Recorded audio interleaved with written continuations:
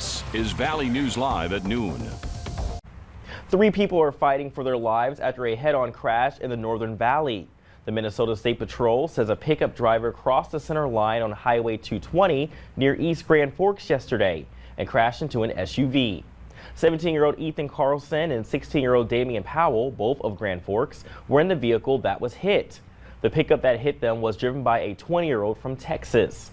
Troopers say all 3 are being treated for life-threatening injuries. A man convicted of luring minors and possessing child pornography is now living in North Fargo.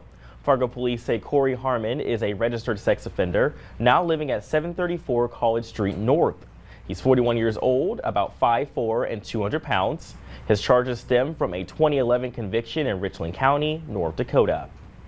Well, Father's Day weekend is approaching and many are wondering if they can go outside and go golfing. I know at least my dad asked that question. Well, let's check in with meteorologist Lisa Green. Happy Friday, Lisa. Happy Friday. Well, we're looking at some good conditions for part of Father's Day weekend for getting outdoors, but on Father's Day, it'll be a little bit of a different story. So we're going to talk about that coming up. Some changes happening starting today. We are seeing temperatures that are much warmer in the south. We're into the low 80s in a lot of spots, even Sisseton, 86 degrees right now. And then as we look up to the north, some low to some upper 70s there.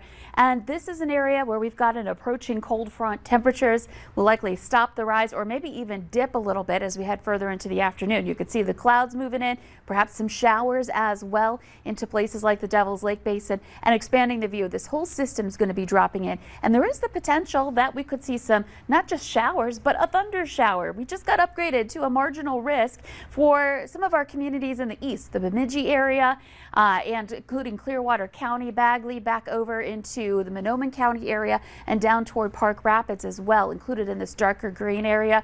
The main threat would be some gusty winds to 60 miles per hour. So we're going to watch out for that. Lighter green area, as a reminder, is for the potential for some general thunderstorms. Still, lightning is dangerous, but not quite reaching severe levels. So we're going to take a closer look at this coming up in your hour-by-hour planner, and an even better chance for rain and cooler temperatures coming up for this weekend. We'll definitely stay tuned with you to find out what to expect. Thanks, Lisa. Well, it was a gruesome discovery while walking the dog in Minneapolis. A passerby called police yesterday morning to report body parts found on the northeast part of the city near the Mississippi River. Then more body parts were found a few blocks away. Police believe the death was relatively recent. They believe the remains are from a white adult but aren't sure yet which gender. Detectives are checking missing persons files to see if the remains could belong to someone who has been reported missing. Minnesota State Troopers say speeding stops were up more than 300% for the week of June 4th through the 10th. Troopers ticketed more than 1,500 people in those 7 days, compared with about 450 during the same period last year. And they stopped 18 drivers going 100 miles per hour or faster. That's double from the year before. The State Patrol is urging you to slow down to prevent crashes, injuries, and deaths. Troopers in North Dakota were out doing extra enforcement April through May, and say they wrote more than 120 citations. The goal was to crack down on underage drinking. They cited 16 for minor in consumption, 6 for possessing alcohol, 2 DUIs, 7 drug arrests, and 32 for speeding. This additional enforcement is part of a Vision Zero strategy to eliminate injuries and deaths on North Dakota roads. It's been a deadly start to the open water season in Minnesota. As of Wednesday, 9 people have died in boating accidents. That's the most at this point of the year in more than a decade. The DNR is seeing a higher than average number of people who have drowned at beaches and swimming pools, and nearly half of all boating deaths include alcohol. They remind you to wear a life jacket, designate a water watcher who puts down their cell phone and focuses only on keeping an eye out on others, and constantly supervise children while they're in or near the water. You should only swim in designated swimming areas and wade feet first into water where you're not sure of the depth or current. President Joe Biden signed into law the Juneteenth National Independence Day Act, giving the nation its 11th federal holiday. Both the president and vice president empathize the work still to be done to move the country toward true equality. Since the 19th falls on a Saturday this year, most federal employees will observe the Juneteenth holiday today. Now, Juneteenth becoming a federally recognized holiday is being celebrated by locals this weekend. The group Faith for Hope is throwing a celebration for the community.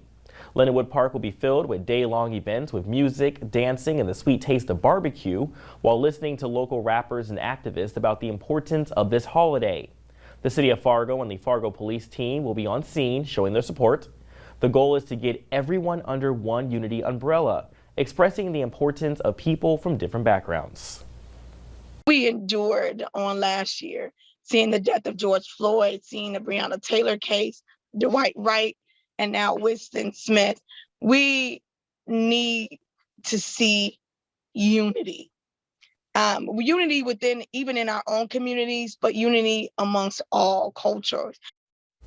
Faith for Hope wants everyone to be full from the food and love for one another. The event is free and goes tomorrow from noon to 7. Dozens of pet birds are on the loose somewhere in the FM area, and a local rescue is asking for your help to save them. The Center for Avian Adoption in West Fargo says a man dropped off more than 20 budgies or parakeets Wednesday night and mentioned he had just released 80 of them near the Moorhead Country Club. They said if the birds aren't captured soon, they'll likely die. The rescue will soon hold on to the birds for 30 days, then they'll put them up for adoption. Releasing a non-native species into the wild is illegal, and a person could face charges of animal abandonment.